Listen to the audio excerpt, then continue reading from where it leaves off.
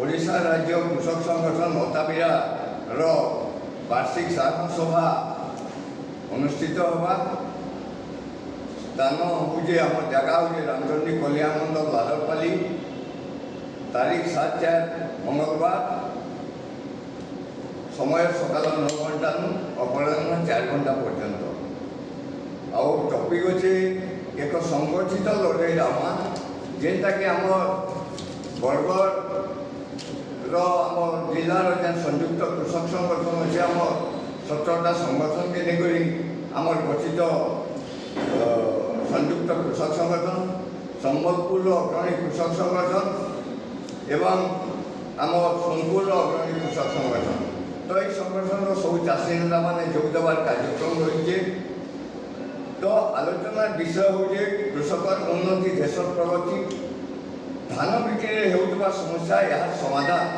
ଆପଣମାନେ ଜାଣିଛନ୍ ଯେ ବର୍ତ୍ତମାନ ସରକାରଙ୍କ ଯେନ୍ ନୀତି ଆଦର୍ଶଗତ ଯେନ୍ ନୀତି ଆଦର୍ଶ ରହିଛି ଯେ ଧାନ ଚାଷ ଠାରୁ ବିକବାର୍ ପର୍ଯ୍ୟନ୍ତ ମିଲ୍କେ ଯିବାର ପର୍ଯ୍ୟନ୍ତ ଅନେକ ସମସ୍ୟା ରହିଛି, ଯେନ୍ଟାକି ତାର ଉପରେ ବିସ୍ତୃତ ଭାବେ ଆଲୋଚନା ହେବା।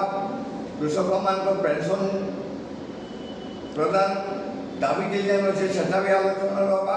କୃଷି କ୍ଷେତ୍ର ବିଦ୍ୟୁତ୍ ସେଟା ମାଗଣା ଯେନ୍ ଆମର ସେଟା ଗୋଟେ ମୁଖ୍ୟ ଦାବି ରହିଛି ଏବଂ ତାর সাথে সাথে চাষী এবং চাষ সম্বন্ধী অনেক গুড়িয়ে দাবি আমার রয়েছে। তার সমাধান দিগরে আমি কেনতা কিসমে সরকারকে আমি চাপ প্রয়োগ করমু এবং সরকার আমার আলোচনাকে শুনবে, তার উপরে আমার আলোচনা হবা।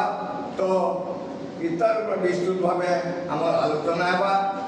ଏ ଅଞ୍ଚଳ ଅତାବିରା ବ୍ଲକର ସବୁ ଚାଷୀ ଭାଇମାନଙ୍କୁ, ସବୁ ବୁଦ୍ଧିଜୀବୀମାନଙ୍କୁ ଆମର ଅନୁରୋଧ, ସମସ୍ତେ ଆମର 7 ତାରିଖ ଦିନ ରାମଚଣ୍ଡୀ କଲ୍ୟାଣ ମଣ୍ଡପକେ 9 ବଜେନୁ ଆସିବେ, 9 ବଜେନୁ ଆସିବେ ଏବଂ ସମସ୍ତଙ୍କ ପାଇଁ ଭୋଜନର ବ୍ୟବସ୍ଥା କରାହେଇଛି ବି। ଅପରାହ୍ନ 4ଟା ପର୍ଯ୍ୟନ୍ତ ଆମର ଆଲୋଚନାରେ ଅଂଶଗ୍ରହଣ କରିବେ। କାରଣ ବର୍ତ୍ତମାନ ଆପଣ ଦେଖୁଛନ୍ ଯେ କୌଣସି ଏକ ଚାଷୀ ସଂଗଠନ কিংবা যদি ব্যক্তিগত হিসাবে যদি কে লড়াই করছে, সরকার তাকর উপরে চাপ প্রয়োগ করবে, তাকে অপদস্থ করবে। যেটাকে আপনার দেখিছেন বিগত দিনে আমার সংগঠনের কার্যকর্তা মানে আমি নিজে জেল যাইলু। আগরু আমার বিভিন্ন কেস হয়েছে, বর্তমান যে সংগঠন লাগুন কেস হয়েছে।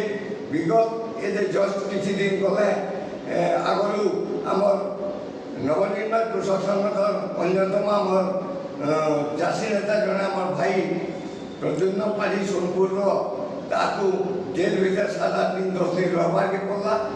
তো এইসব সমস্যাকে নিয়ে আলোচনা হব এবং সংগঠিত হিসাবে গোটে লড়াই আহ্বান, গোটে লড়াই ডাকা দিয়া আগামী দিনে যেটাকি গোটে চাষী কুলর লাগি গোটে নূয়া আশার উদ্দীপনা হেবা বলি আমার ওড়িশা রাজ্য কৃষক দলରୁ ଆପଣମାନଙ୍କୁ ସବୁ ଅନୁରୋଧ କରାଯାଉଛି। ଆପଣମାନେ ବି ପ୍ରେସ୍ ମିଡ଼ିଆ ମାଧ୍ୟମରେ ଆପଣମାନେ ସମସ୍ତଙ୍କୁ ଜଣାଉନ୍ ଏବଂ ସେହିଦିନ ଆପଣମାନେ ଉପସ୍ଥିତ ରହିକରି ଯେନ୍ତା ସମସ୍ତ ଲୋକମାନଙ୍କର, ସମସ୍ତ ଜନସାଧାରଣମାନଙ୍କ ନିକେ ମେସେଜ ପହଞ୍ଚାଉନ୍ ଯେ ଚାଷୀ କେଉଁଠାରୁ ସଚେତନ ହଉନ୍ ଏବଂ ଆନ୍ଦୋଳନରେ ସାମିଲ ହେବା ଲାଗି ଆପଣଙ୍କ ମାଧ୍ୟମରେ ଅନୁରୋଧ। মুখ্য উদ্দেশ্য কাଣା রহবা যে নামর মুখ্য উদ্দেশ্য হচ্ছে সংগঠিত লড়াই আহ্বান। মানে আমি সংগঠিত না হলে সবু জেলার সমস্যা তো সমান আছে।